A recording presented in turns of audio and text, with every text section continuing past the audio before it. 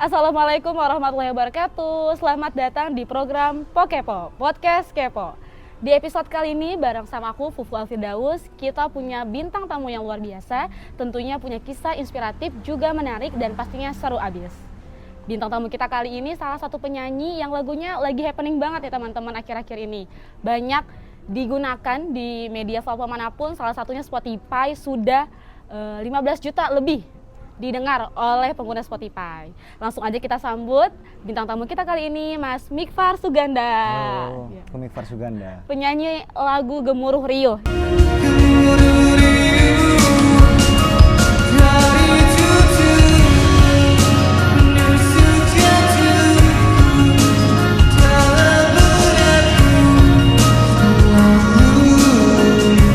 Betul ya Mas? Nggak salah. Mas Mikfar Suganda, gimana kabarnya? Baik?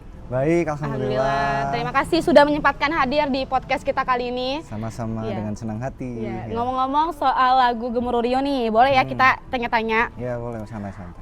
Kan saat ini kan lagu Gemuruh Riuh itu lagi happening banget. Ya. Nah, banyak digunakan di media manapun, salah satunya Spotify, didengar sampai belasan juta kali, bahkan di YouTube ditonton sampai 6 juta lebih oleh para penonton YouTube. Terus juga bahkan di TikTok pun soundnya itu lagunya dijadikan sound untuk teman-teman yang dijadikan healing. Ya. Boleh kita tahu nih cerita di balik lagu Gemuruh itu seperti apa? Jadi cerita di balik Gemuruh Riuh adalah awalnya aku bikin lagu itu buat healing diri sendiri. Karena awalnya aku tuh banyak masalah mungkin dalam kehidupan, akhirnya dalam pekerjaan, akhirnya lariku itu ke musik.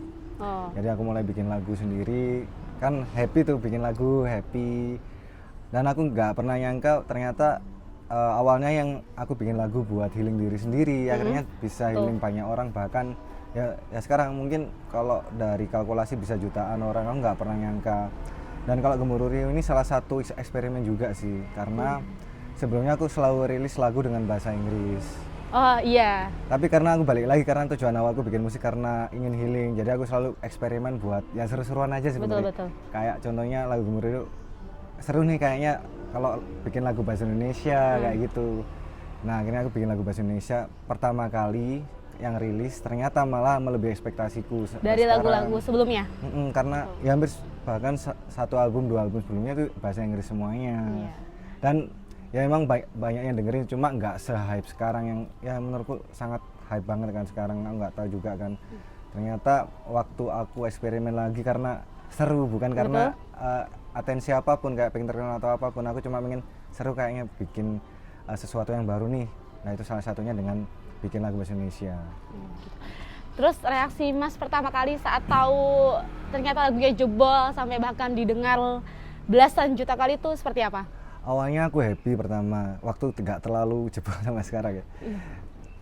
Dari happy sampai ternyata reaksiku ternyata takut, karena aku ngerasa apa nggak belum siap ya kayaknya ya. Betul. Kalau kayak mungkin apa aku kan berubah jadi orang lain, dan ternyata ya aku balik lagi kayak remind lagi sekali lagi bahwa tujuan musik itu apa sih, ya emang buat seru-seruan aja sih. Jadi ya tetap itu tantangan utama ya emang diriku sendiri.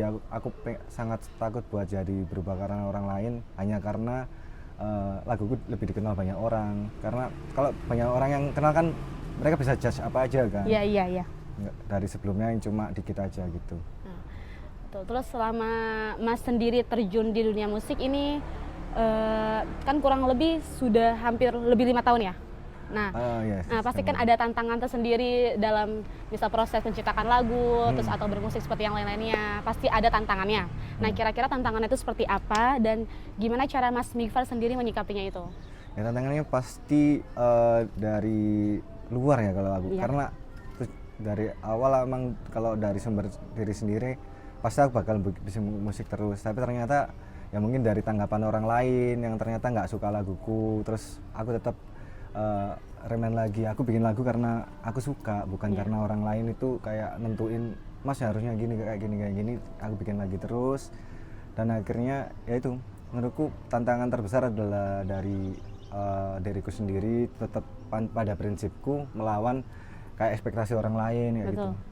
Ini juga terjadi di Gemuruh Riuh yang apa, mungkin mereka banyak pendengarku kayak bilang bahasa Inggris terus, ekspektasinya lagu Inggris terus. Iya, Ternyata iya, aku iya. malah Ternyata- melenceng dengan aku bikin bahasa Indonesia karena aku pengen aja, bukan karena apa-apa. Ternyata malah Betul. ya sekarang ya, yang nggak kita sangka-sangka kayak gitu. Betul banget. Nah, terus karena sudah sejauh ini ya, kan Mas Ming kan mungkin udah beberapa kali lah kayak manggung dimanapun itu atau terjun secara langsung gitu bersama para penonton. Ada gak bagian atau part terseru bagi Mas Mingfar sendiri? Paling seru itu ya waktu main keluar kota, ternyata bahkan mereka belum kenal aku, ternyata masih apresiasi. Bahkan waktu itu aku masih cek sound, saking antusiasnya dia, mungkin karena dengar musiknya aja, suka gitu, sampai nungguin di bangku, meskipun waktu itu masih sedikit penontonnya. Dan sekarang part serunya lagi, ya setelah Gemuruh Riuh ini sih, jadi banyak orang yang akhirnya relate dengan laguku, banyak orang yang ternyata nggak sekedar suka, kan beda kan, kayak cuma muji, bilang bagus, ternyata ada yang lebih mendalam. Yang menurutku ya adalah salah satu hadiah terbesar sebagai musisi adalah waktu dia itu ngerasa ceritanya itu sesuai dengan lagunya, kayak aku juga ngerasain hal yang sama. Oh iya, betul. Itu part paling seru sih di dunia musik. Terus di balik lagu Gemuruh Riuh ini ada gak cerita seru gitu? Banyak banget sih sebenarnya. Salah satunya ada yang paling terkesan banget? Paling terkesan banget adalah aku pertama kali juga bikin semua itu sendiri di part lagu Gemuruh Riuh. Semua lagunya itu? Iya. Dari awal kayak artwork foto, bahkan foto aku pakai self studio. Karena aku nganggapnya ini adalah proyek seru-seruan sebelum aku masuk. Gak mikir yang jauh ke situ lah. Iya. Jadi kayak proyek terakhir sebelum masuk label kayak gitu sih. Betul. Ternyata ya itu ya, sendiri ternyata malah yang works kayak gitu sih. Iya. Aneh banget. Yang tadi Mas Mingfar bilang bahwasannya kan kayak terjun di dunia musik itu awalnya cuma senang-senang.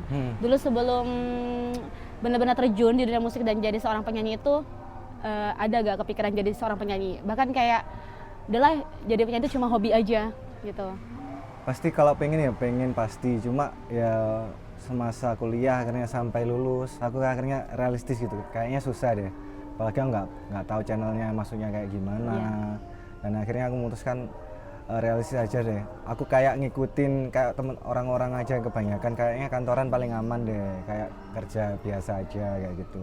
Dan ini benar-benar kejadian, aku sempat kerja beberapa perusahaan, terus akhirnya ya kerja 9 to 5 kayak gitu sih, sampai akhirnya aku ngerasa bosen dan apa ya, kayak aku hidup cuma ngerasa ada yang kurang gitu loh. Aku nggak tahu kenapa, padahal gaji ya udah lebih dari UMR dan harusnya kan aku bersyukur, tapi nggak tahu kenapa ada sesuatu yang hilang kayak gitu sih.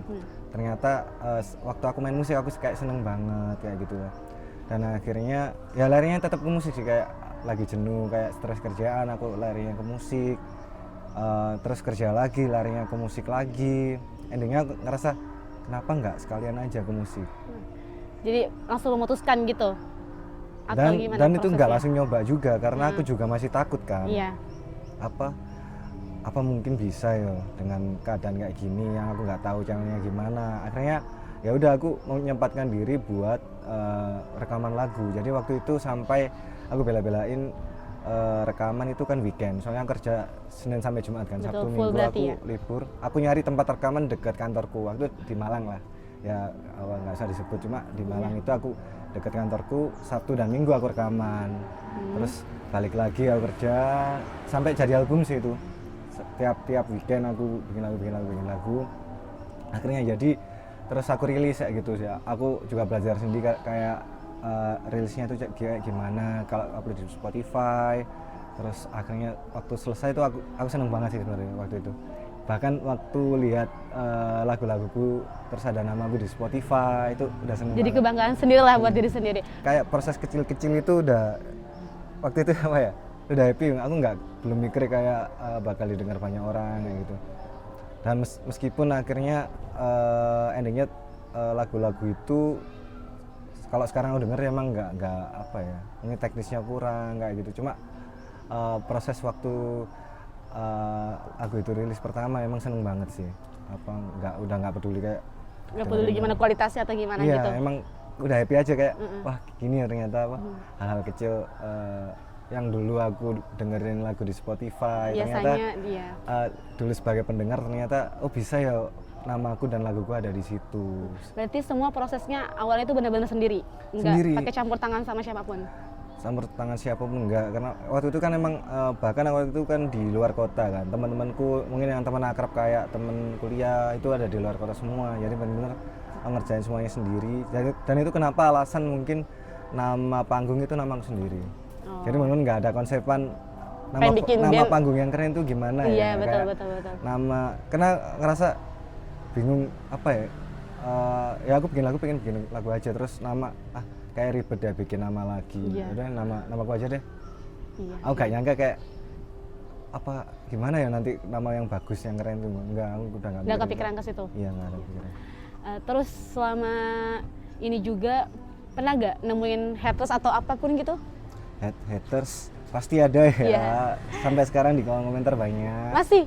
Ya, tapi ya itu sih banding mungkin dari 100% mungkin 5%, 10%. Bahkan di bawah 10% sih. Cuma nggak tahu rasanya emang kayak Iya saat awal deh saat nemuin haters kayak gitu. Logikanya kayak kita kan dapat 100 komen kayak muji atau apresiasi. Iya betul. Harusnya kan satu komen negatif itu ya udah biarin aja. Cuma nggak tahu ya emang rasanya tetap sakit sih. Bahkan sampai sekarang meskipun aku udah tahu logikanya itu ya udah biarin aja. Cuma tetap sakit kayak gitu sih.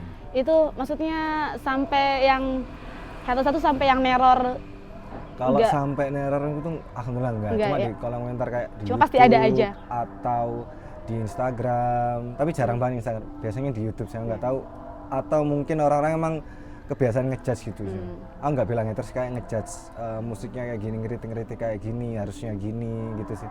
Aku nggak expect kayak ada ya orang yang masih banyak ternyata orang kayak ngabisin energi buat bilang kalau aku nggak suka. Maksudnya bisa kan kita memilih untuk skip aja gitu. Iya, Tapi iya, kita betul.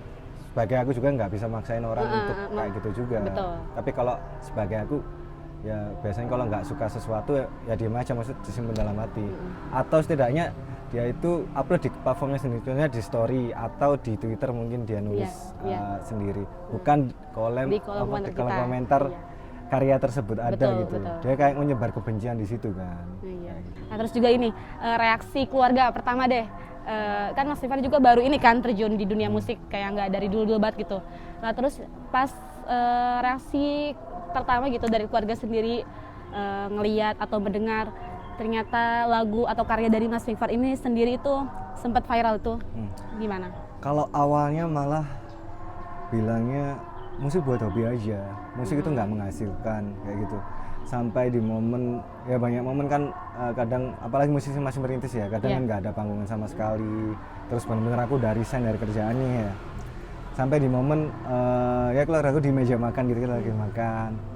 Biasa kan orang tua kamu nggak kerja kayak gitu kan. Terus aku cuma ketawa, nggak jawab apa-apa, cuma ketawa sampai ya kita makan lagi kayak gitu. Iya, iya. Dan akhirnya kemarin alhamdulillah viral, ternyata keluarga aku tahu. Ya aku baru berani kayak bilang, kamu pengen jadi apa ya gitu. Aku baru berani bilang, ya aku berani pengen jadi musisi. Aku pengen jadi musisi. Maaf kalau aku nggak sesuai keinginan kalian kayak gitu. Baru berani waktu lagu ini naik. Sebelumnya aku nggak pernah kayak berani bilang aku pengen jadi musisi. Aku cuma kalau ditanyain cuma ketawa.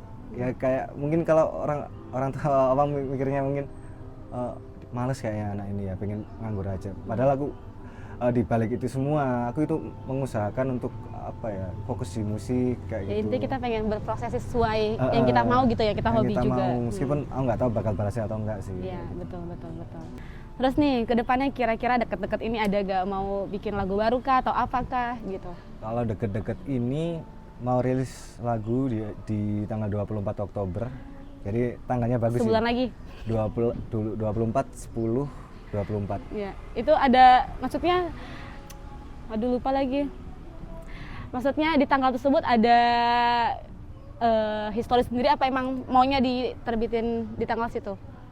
Karena ya emang itu sih, pertama karena tekanan dari label pertama, kedua karena ya emang udah waktunya rilis, ketiga emang ini adalah lagu yang udah lama belum dirilis dari 2 tahun yang lalu, ini udah jadi bahkan sebelum Gemuruh Riuh. alasannya kenapa belum aku rilis karena ya karena kadang kita kan sebagai musisi kan mencintai lagu kita sendiri Iya, kan. iya, betul. Aku ngerasa lagu ini terlalu spesial untuk aku rilis gitu loh. Sampai aku sayang banget nih kalau rilis sekarang, aku kayaknya belum sekuat ini deh kayak gitu. Sampai sekarang bahkan ada momen kayak aku curhat ke temenku gitu. Terus sampai kapan kamu mau lagu ini rilis, saking sayangnya kamu sama lagu ini yang aku anggap anak sendiri ya gitu. Dan aku ngerasa ya udah mau nggak mau sekarang aku harus rilis, ekspektasi orang apapun gimana lagu ini rilis, jadi vibes-nya kayak Gemuruh waktu itulah, orang-orang ekspektasinya apa aku malah belok lagi. Jadi sebenarnya aku ngerasa aku nggak pernah berubah, tetap jadi Mifar yang sama, yang selalu prioritas utama ya diriku sendiri, bukan orang lain. Aku ngerasa egois dan prinsipku sesuai prinsip. Kalau kebetulan teman-teman emang suka ya alhamdulillah. Jadi jangan sampai hanya untuk menyenangkan teman-teman semua, aku akhirnya nggak bahagia gitu. Jadi itu menyalahi aturan, menyalahi tujuan utama aku yang pengen bermain musik karena aku pengen ya. Gitu. Nih teman-teman, nggak kerasa ya udah di ujung, udah di akhir. Sebelum kita pamit, aku mau dong Mas Mifar kasih closing statement juga pesan untuk teman-teman yang lagi berkarya saat ini dan juga berada di fase mungkin stuck atau bingung mau maju atau mundur lagi nih gitu. Boleh dong kasih pesan ke teman-teman sekalian. Jadi teman-teman, untuk semuanya yang lagi berjuang, apapun tujuan kalian, apapun impian kalian, tetaplah kalian berjuang meskipun kalian nggak tahu bakal berhasil apa enggak. Aku yakin meskipun kalian gagal, ada jalan lain yang akan datang. Kalau kalian gagal A, mungkin ada jalan lagi gagal B. Cuma jangan pernah kalian setengah-setengah dalam melakukan itu. Karena setiap kegagalan ada pembelajaran. Meskipun dalam kalian motivasi, menurutku pasti lebih susah menjalaninya. Jadi yang menurutku paling susah emang eksekusinya itu tersebut, daripada kalian bingung plan A, plan B, plan C. Ya udah, kalian punya ide lakukan, kalian akan belajar satu persatu dari kesalahan tersebut dan akhirnya menjadi lebih baik lagi, sampai kalian nggak sadar ternyata aku udah sejauh ini ya, ternyata aku udah sukses ya Pak. Kalian itu sampai nggak sadar karena fokus dan tulus menjalani prosesnya sampai selesai kayak gitu. Itu tadi pesan dan juga message buat teman-teman semua yang lagi berkarya saat ini. Semoga teman-teman juga tetap semangat dalam berkarya tentunya. Oke, gak kerasa kita sudah ada di ujung. Kalau gitu saya Fufu Alfidaus dan berterima kasih kepada Mas Mifar sudah menyempatkan waktunya untuk kita bincang-bincang. Saya pamit undur diri, sampai berjumpa di episode selanjutnya program Pokepo, Podcast Kepo. Wassalamualaikum warahmatullahi wabarakatuh.